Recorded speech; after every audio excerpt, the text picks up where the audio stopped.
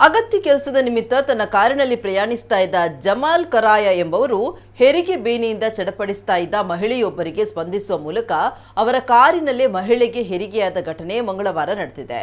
Jamal ಅವರ ಕಾರಿನಲ್ಲಿ ಹೆರಿಗೆಯಾಗಿರುವ ಮಹಿಳೆ ಮತ್ತು ಮಗು ಇಬ್ಬರು ಕೂಡ ಆರೋಗ್ಯವಂತರಾಗಿದ್ದು ಬೆಳ್ತಂಗಡಿ ಸಾರ್ವಜನಿಕ ಸಮುದಾಯ ಆಸ್ಪತ್ರೆಯಲ್ಲಿ ಆರೈಕೆಯಲ್ಲಿದ್ದಾರೆ. ಸುನ್ನತ್ಕೆರೆ ನಿವಾಸಿ ಇಕ್ಬಾಲ್ ಎಂಬವರ ಪತ್ನಿ ಸಫಿಯಾ ಆಳದಂಗಡಿ ಅವರು ಹೆರಿಗೆ ನೋವಿನೊಂದಿಗೆ ರಸ್ತೆ ಬದಿ ನಿಂತುಕೊಂಡಿದ್ರು. ಇದನ್ನ ಗಮನಿಸಿದ ಜಮಾಲ್ ತನ್ನ ಕಾರನ್ನು ತಿರುಗಿಸಿ ಬಂದು ವಿಚಾರಿಸಿದ್ದಾರೆ. ದಂಪತಿಯ ಸಂಕಷ್ಟ ಅರಿತಂತಹ ಅವರು ತನ್ನ ಪ್ರಯಾಣ ಮೊಟಕುಗೊಳಿಸಿ ತಕ್ಷಣ ಮಹಿಳೆಯನ್ನ ತನ್ನ ಕಾರಿನಲ್ಲಿ ಆಸ್ಪತ್ರೆಗೆ ಕರೆದುಕೊಂಡು ಹೋಗಿದ್ದಾರೆ. ಆದರೆ ಅದಾಗಲೇ ಸಫಿಯಾ ಅವರಿಗೆ ಕಾರಿನಲ್ಲಿ ಹೆರಿಗೆಯಾಗಿದೆ. ಪ್ರಸವದ ವೇಳೆ ಪತಿ ಇಕ್ಬಾಲ್ ಮತ್ತು ಜಮಾಲ್ ಮಹಿಳೆಗೆ ತುರ್ತು ಸ್ಪಂದಿಸಿದ್ದು ಬಳಿಕ ಆಸ್ಪತ್ರೆಗೆ ಸೇರಿಸಿದ್ದಾರೆ. ಇದೀಗ ಜಮಾಲ್ ಅವರ ಕಾರ್ಯಕ್ಕೆ ವ್ಯಾಪಕ ಪ್ರಶಂಸೆ ವ್ಯಕ್ತವಾಗಿದೆ.